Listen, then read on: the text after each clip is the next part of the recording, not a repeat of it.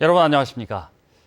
중국의 유력 철강 회사가 지난달 부산에 투자 의향서를 제출하자 포항 지역 경제계와 노동계가 재검토를 요청했습니다. 중국이 우리나라에서 철강 제품을 생산해 수출을 할 경우 국내 철강업계는 고사할 것이란 우려 때문입니다. 김기영 기자가 보도합니다. 포항시와 포항상이 철강산업단지 관리공단, 한국노총, 민주노총 등 좀처럼 한자리에 서지 않았던 경제노동계가 공동 기자회견을 열었습니다.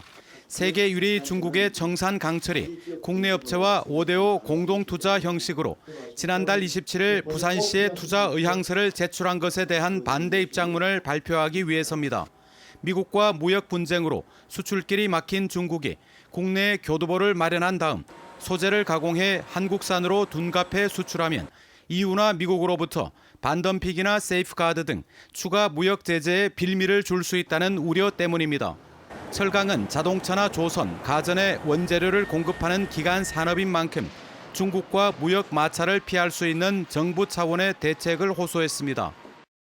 국내 스테인리스 냉연업계 고사와 가동 중단으로 인한 관련 업체 종사자들의 실직 등 앞으로 국가 경제에 미칠 악영향이 불을 보듯 자명한 만큼 냉연 강판은 이미 국내 수요의 40%를 수입산이 잠식한 상황.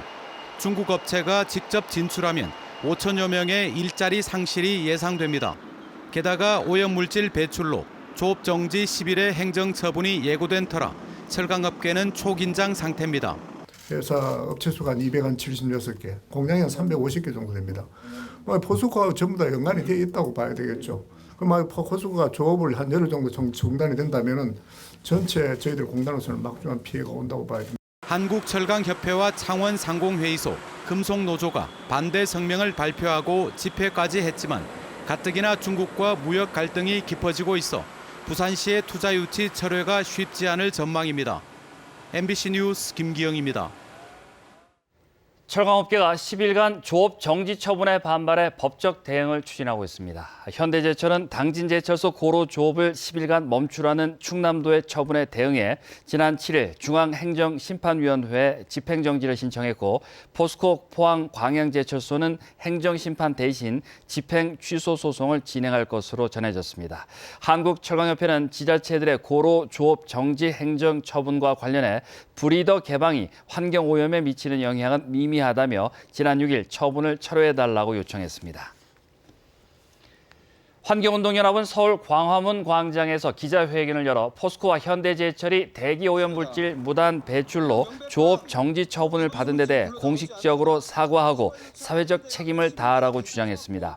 이들은 국내 최대 제철 기업이자 국내 대표 기업인 포스코와 현대제철은 대기오염물질 배출에 대한 책임과 주민 피해에 대한 사과도 없이 변명만 늘어놓고 있다고 지적했습니다. 또 대기오염물질의 성분과 배출량조차 제대로 측정한 적이 없다며 인근 주민 건강에 어떤 영향을 미쳤는지 평가와 함께 오염물질 배출 저감을 위해 노력하라고 촉구했습니다.